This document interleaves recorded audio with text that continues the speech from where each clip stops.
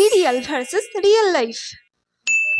ওই বাড়িতে তো আমি আজকে ঢুকে ছাড়বো, শুধু একটা তিল এঁকে নিতে হবে, তাহলে আমাকে কেউ চিনতে পারবে না। এবার আমিও দেখবো ওই বাড়িতে ঢোকা থেকে আমাকে কে আটকায়। ও বাবা গো, কে তুমি? আমাদের বাড়িতে তুমি কি করছো? আমি তো তোমাকে চিনতে পারছি না। মা আমাকে চিনতে পারছে না, তার মানে তো সত্যি আমাকে চেনা যাচ্ছে না।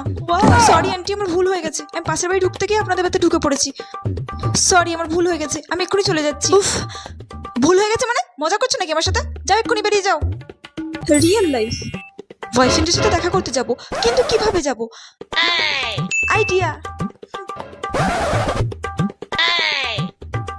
যাই, এবার চুপ করে বাড়ি থেকে বেরিয়ে যাই।